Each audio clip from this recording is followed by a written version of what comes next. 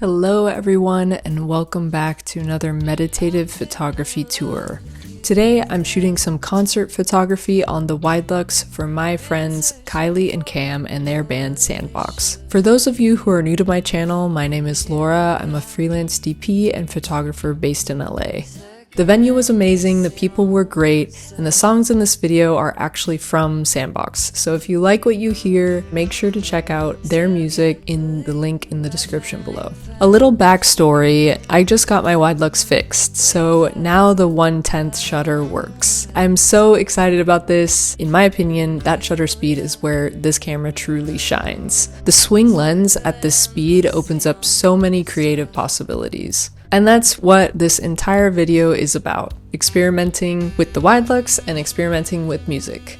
You'll get to hear a bit more about Sandbox's creative process, the role of experimentation, and also the importance of art that deals with duration in an interview with Kylie and Cam later on in this video. Lastly, I'm super excited to say that Bellows Film Lab was kind enough to develop and process all the photos in this video. If you would like to get your photos developed by Bellows too, you can use my code femigod for one free develop and scan off your first order with them. They have 4 different locations in Chicago, Miami, Orlando, and Atlanta, and they also take mail-in orders. You can read more about the full details and claim your free develop and scan with my promo code in the link below. So let's get on to the video. I hope you enjoy this meditative 35mm journey. First, I met up with Kylie and Cam for their sound check at Black Rabbit Rose, which is a magic show bar in Hollywood.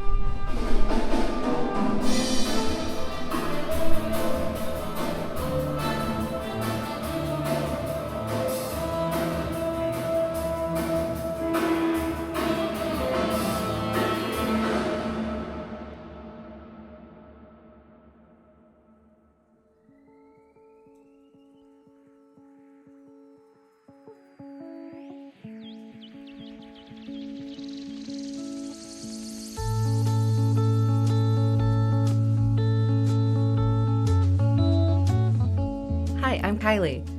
I am the front lady of Sandbox, and I also am a DP, multi-hyphenate creative person living and working in Los Angeles. Hi, I'm Cameron. I play saxophone in Sandbox and also all across the US and around the world.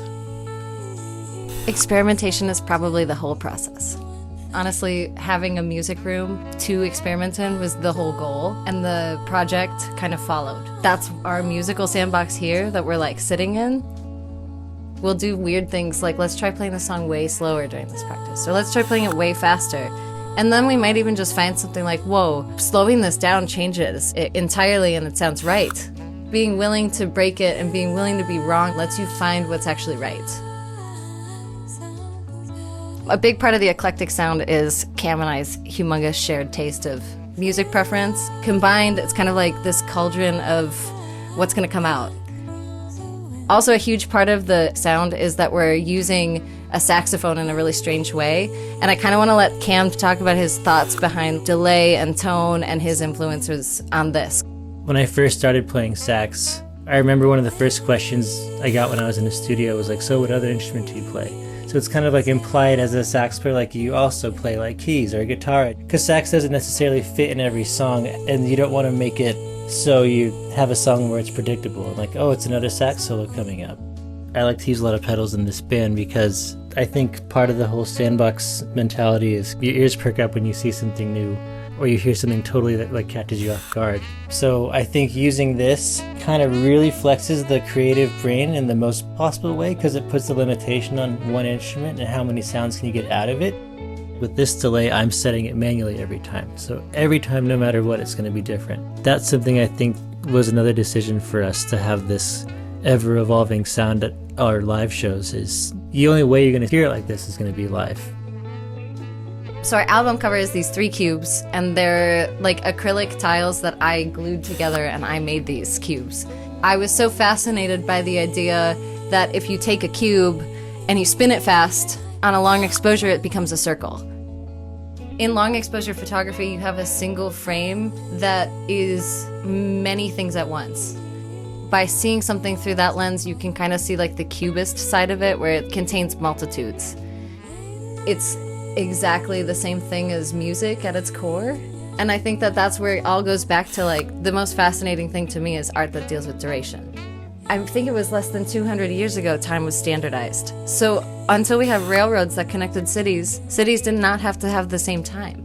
So it's kind of crazy to just think how far we've come so fast. And I think through music and art that deals with duration, you can make a really interesting point with them about life and longevity and how things change. I just wish that we all didn't feel like we need to justify the importance of art because we all consume it and do it. Creativity is all about tapping into that other place where the ideas come from. Part of this is trusting that you have ideas coming to you. Have a space to do it. Be ready to run with it. Be ready to embrace it. And I hope that through our project we can also inspire more people to do that themselves.